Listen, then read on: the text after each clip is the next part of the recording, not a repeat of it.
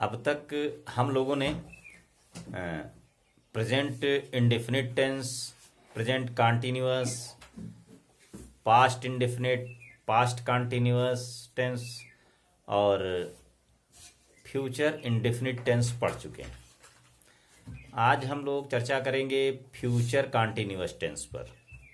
तो future continuous tense की पहचान और करने का सिस्टम क्या है, इसको देखते हैं। देखिए, फ्यूचर कॉन्टिन्यूअस की जो पहचान है वो कॉन्टिन्यूअस में जहां भी कॉन्टिन्यूअस होता है वहां रहा जरूरी है। तो रहा और फ्यूचर है तो गा, तो रहा होगा ये लिखा होगा। अगर कहीं रहा होगा, रहे होंगे, इस तरीके से अगर कहीं लिखा हुआ है तो वो फ्यूचर कॉन्टिन्यूअस टेंस होता है। तो देखिए, ये पहचान हो गई। और फिर इसकी हेल्पिंग वर्ब की जरूरत पड़ती है। तो हेल्पिंग वर्ब क्या होता है? फ्यूचर कॉन्टिन्यूअस में हेल्पिंग वर्ब होता है विल बी और शैल बी। ये याद रखना है। नियम वही जो पिछले वीडियो में है, नियम में कोई चेंज नहीं है।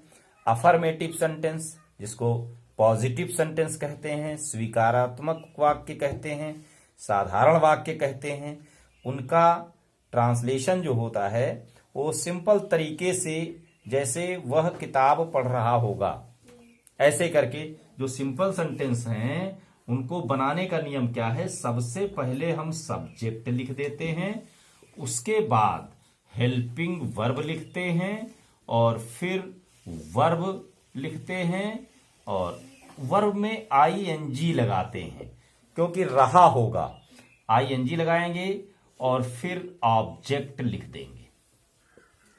ये नियम है साधारण वाक्यों के लिए, अफर्मेटिव सेंटेंस के लिए, पॉजिटिव सेंटेंस के लिए, असर्टिव सेंटेंस के लिए। सब एक ही मीनिंग है इनकी सबकी। और स्वीकारात्मक वाक्य भी कहते हैं। बहुत सारे नेम हैं इसके, उससे आपको कंफ्यूज नहीं होना है। सिंपल साधारण बात अगर है तो आपको इसी नियम को लगाते हुए आगे बढ़ेंगे। अब एक प्रॉब्लम और आती है कि कहां पर हम विल भी लगाएंगे और कहां पर शैल भी लगाएंगे, इसको भी ध्यान रखना है। आई और वी, आई लिखा हुआ है और वी लिखा हुआ है। आई माने मैं और वी माने हम, इन दोनों के साथ शैल बी आप लगाएंगे और बाकी सबके साथ विल भी लगाएंगे। ये ध्यान रखना है। आप कुछ सेंटेंस बना करके देखिए। जैसे कोई सेंटेंस है कि मैं कल दिल्ली जा रहा हूंगा। मैं कल दिल्ली जा रहा हूंगा। ये सेंटेंस है। अब इसको तुम्हें चेंज करना है इंग्लिश में। तो देखिए क्या लिखोगे? इसका सब्जेक्ट ढूंढिए। कौन? मैं को कहते हैं आई। आई, फिर अब आई के साथ क्या लगेगा? Shall be. I shall be. अब उसके बाद वर्ब है। वर्ब कौन सा काम हो रहा है? जाने का, गो।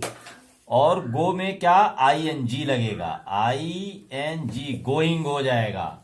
आई शैल बी गोइंग, मैं जा रहा हूंगा। अब देखिए टू कहां पर? अब जो ऑब्जेक्ट जो बचता है सब लिखना है। दिल्ली,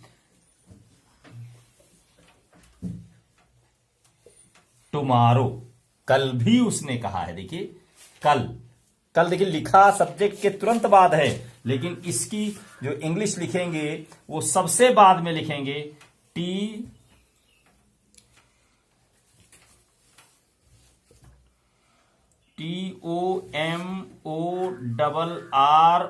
TOMORROW, ये टुमारो।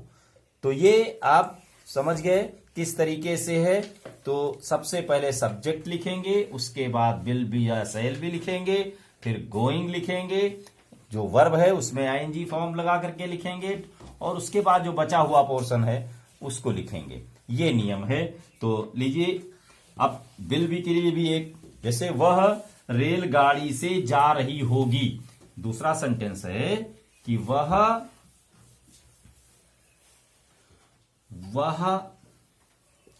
रेलगाड़ी से जा रही होगी। अब देखिए, वह और होगी मतलब लड़की है, तो इसकी इंग्लिश क्या होगी? सी। सी के साथ देखिए क्या लगना है? Will be. जा रही, गोइंग। टू नहीं, going by train. By train. ये देखिए, ये आप इसका अनुवाद कर लेंगे, जबकि ट्रेन देखिए सबसे पहले लिखा हुआ था, लेकिन आप नियम के आधार पर चलेंगे। सब्जेक्ट, फिर हेल्पिंग वर्ब, फिर मेन वर्ब, आईएनजी और ऑब्जेक्ट। ऑब्जेक्ट मीन्स जो भी बचा हुआ पार्ट है वो सारा का सारा उसमें लिखिए। तो अब नोट करिए, घर से करने के लिए कुछ वाक्य लिख लीजिए और उनको ट्रांसलेट कीजिए। चिड़िया आकाश में उड़ रही होंगी। चिड़िया आकाश में उड़ रही होंगी। सूर्य छिप रहा होगा। धोबी कपड़े ला रहा होगा। मैं कल ताज देख रहा हूंगा। बच्चे नदी में तैर रहे होंगे। तुम अपना पाठ याद कर रहे होगे। वह आभूषण पहन रही होगी। प्रधानाचार्य जी आ रहे होंगे। वह बस से जा रहा होगा। बच्चे ताली बजा रहे होंगे। ये 10 सेंटेंस हैं, इनको आप इंग्लिश में ट्रांसलेट करिए और खुद भी मिलाइए नियमों से, और घर में बड़े बुजुर्ग जो भी हैं उनको दिखाइए। कुछ जो कठिन शब्द आते हैं उनकी इंग्लिश याद भी कर लीजिए, जिससे आपको हमेशा के लिए याद हो जाएगा। जैसे पहनना, ताली बजाना, आभूषण, ये सब शब्द मिलेंगे। इनको देख करके, समझ करके इनकी इंग्लिश ढंग से लिखिए और बड़े बुजुर्गों को दिखाइए।